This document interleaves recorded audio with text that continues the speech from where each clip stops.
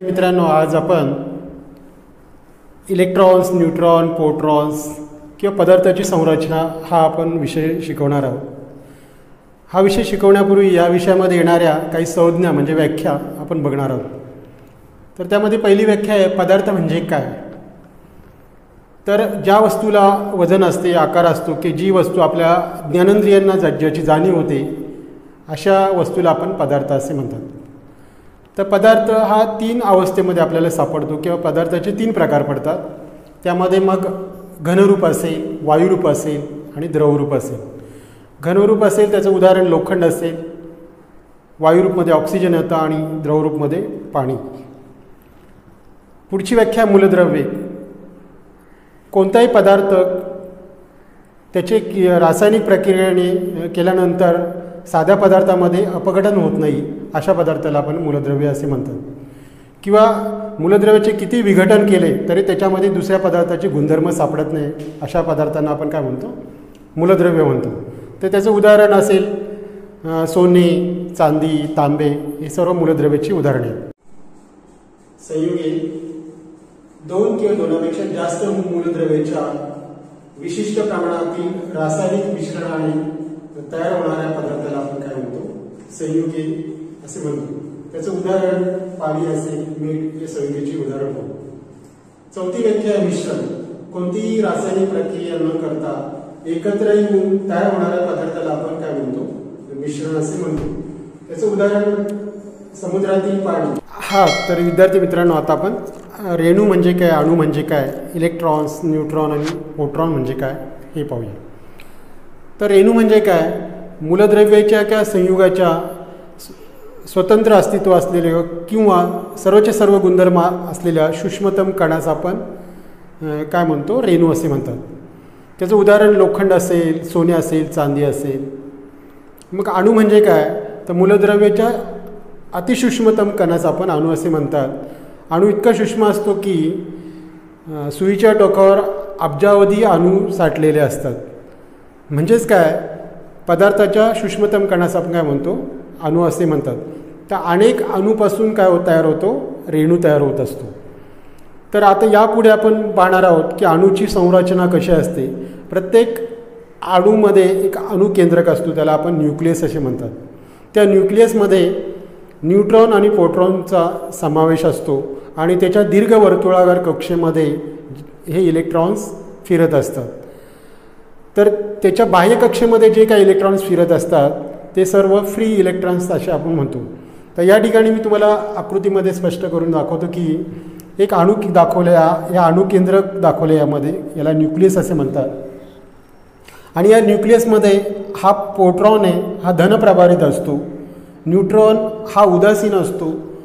आणि हे जे काही दीर्घ वर्तुळाकार कक्षा, याला ऑर्बिट असे म्हणतात, ती ऑर्बिटमध्ये हे 2 इलेक्ट्रॉन्स हे रिव्हॉल्व करत असतात, म्हणजे फिरत असतात. तर जे काय बाह्य कक्षेमध्ये त्याला संयुजा देखील असेही म्हणतात. बाह्य अणुकेंद्रकाच्या सर्वात जी शेवटची जी कक्षा असते तिला संयुजा कक्षा असे देखील म्हणतात. तर प्रत्येक पदार्थामध्ये जे काही अणूची रचना असते किंवा अणुक्रमांक असतो तो वेगवेगळा असतो. प्रोटॉन, न्यूट्रॉन, इलेक्ट्रॉन हे थोडक्यात आपल्या लक्षात आलं असेल तरी पुन्हा एकदा सांगतो. प्रोटॉन हा धनप्रभारित मूल्यकण असून त्याची वस्तुमान इलेक्ट्रॉनच्या वस्तुमानापेक्षा 1840 पट अधिक असते.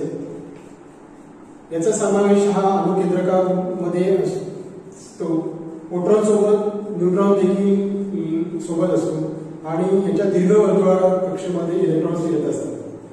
तर न्यूट्रॉन हा एक उदासीन स्वतंत्र घटक असून तो त्याच्यावर कोणत्या प्रकारचा विद्युतभार नसतो. त्यानंतर इलेक्ट्रॉन हा एक ऋणप्रभारित चार्ज असून तो न्यूक्लियस भोवती दीर्घ वर्तुळाकार कक्षेमध्ये फिरत असतो. आता उदाहरणासाठी तुम्हाला मी या ठिकाणी एक अणुकेंद्रक दाखवलेले आहे. आता यामध्ये हा एक ॲल्युमिनियम धातू आणि त्याचा अणुक्रमांक आहे 13. तर त्याच्यामध्ये या न्यूक्लियस भोवती या ज्या कक्षा दाखवलेल्या सेल असे देखील म्हणतात.